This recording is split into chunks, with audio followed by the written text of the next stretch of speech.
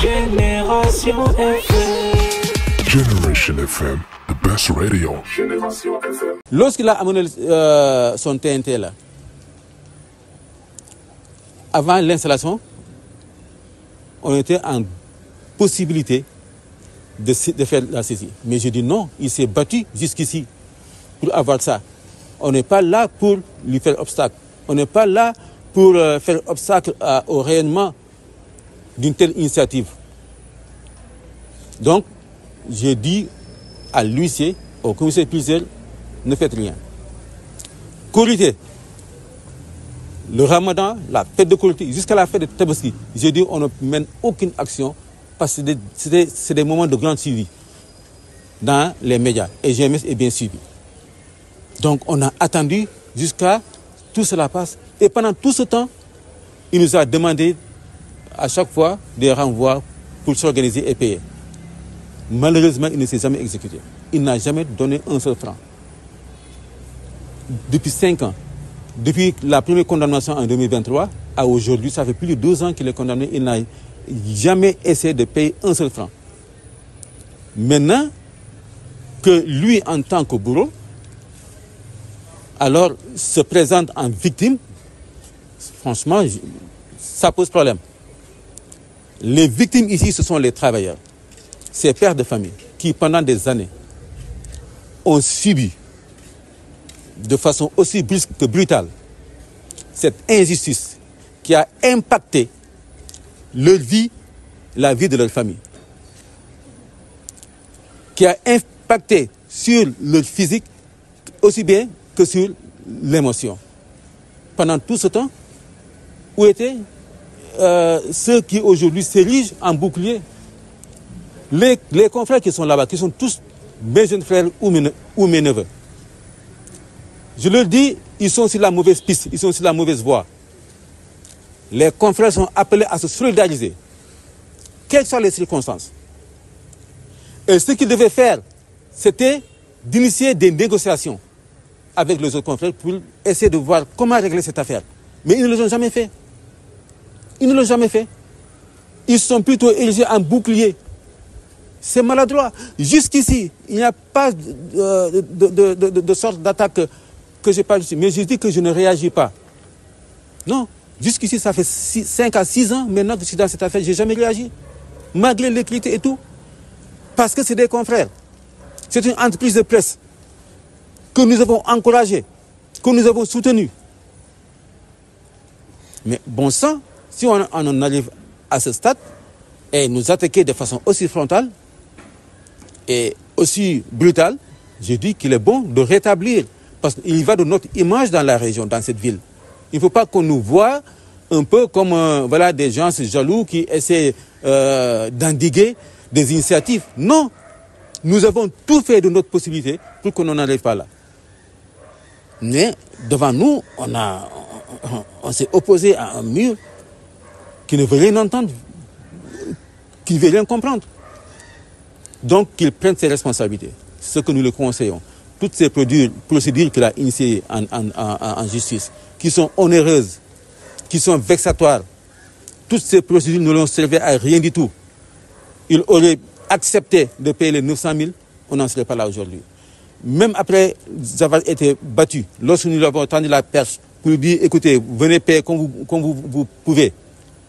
S'il s'était contenté de payer, on n'en serait pas là aujourd'hui. Il n'est pas question qu'on nous présente comme étant ceux qui sont en train d'hypothéquer l'avenir professionnel de jeunes confrères. Non. Si demain les jeunes confrères là ont des problèmes, sont licenciés, c'est de la faute de l'employeur lui-même. C'est lui qui a posé tous les actes qui ont conduit à cette situation. Eux, ils ont dit du n'importe quoi. Ils ont dit que mes clients étaient des enseignants. Vous savez que c'est faux. Aucun d'entre eux n'est enseignant. Nous avons répliqué pour nous montrer que ce que vous dites n'a rien à voir avec la vérité. Et ces éléments-là n'ont jamais été déterminants dans la décision de justice. Ce qui a été déterminant, c'est est-ce qu'il y a eu relation de travail entre les parties. Et cela s'est avéré. Eux-mêmes ont apporté des contrats de travail qui a lié les parties. Ok, ça c'est un élément. L'autre élément, c'est le niveau de paiement de salaire. Troisième élément, c'est la rupture de la relation de travail. Ce sont les trois éléments qui ont été déterminants. Ils ont parlé de chômage technique. Il n'y a jamais eu de chômage technique. Là, le chômage technique est régi par l'article S65 du Code du travail. La procédure n'a jamais été respectée. Ils auraient pu évoquer, par exemple, comment dirais-je, le licenciement économique en cas de force majeure. Ok? Ça n'a jamais été évoqué. Et le licenciement qu'ils ont fait, ils ont dit des gens, je ne sais pas, de façon intentionnelle, ont détruit le matériel. Mais l'intention de nuire n'a jamais été prouvée. Ils n'ont jamais prouvé qu'il y a l'intention de nuire. Et si l'intention de nuire n'est pas prouvée, le licenciement pour faute lourde ne peut pas prospérer. Okay? Le juge a dit le bon droit. Les juges, j'allais dire, aussi bien au niveau du tribunal du travail, à la cour, à la cour d'appel, qu'au niveau de la Cour suprême. Ils ont perdu partout. Donc, qu'ils acceptent le sort et qu'ils paient. Toute cette gymnastique-là, c'est pour se soustraire de leurs obligations de paiement. Ils vont payer. Nous sommes en pays de droit. Quand tu as utilisé, tu as préféré les voies de droit, tu as mis autant de moyens. Mais si tu gagnes, sois gentleman, sois fair play, paye. Ou bien, au moins, demande, si on va devant le tribunal, je me bats. Devant le tribunal, je ne fais pas de concession. Là-bas, il s'agit de se battre sur la voie du droit. Maintenant, de façon humaine, des gens sont venus nous voir, nous leur avons demandé d'aller discuter avec lui, qu'il dise comment il peut. Okay? Des confrères, je ne vais pas citer leur nom, des responsables de l'APIC, de notre association, ont initié des négociations pour voir comment trouver une solution.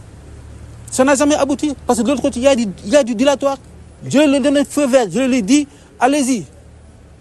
Tout ce que vous pouvez faire pour qu'on arrive à quelque chose de salutaire pour tout le monde, je suis preneur. Mais de l'autre côté, il n'y a que du dilatoire. Donc, qu'ils gardent leur mauvaise foi et qu'ils n'essaient pas de nous présenter comme des gens qui sont là pour nuire. Non, je suis désolé.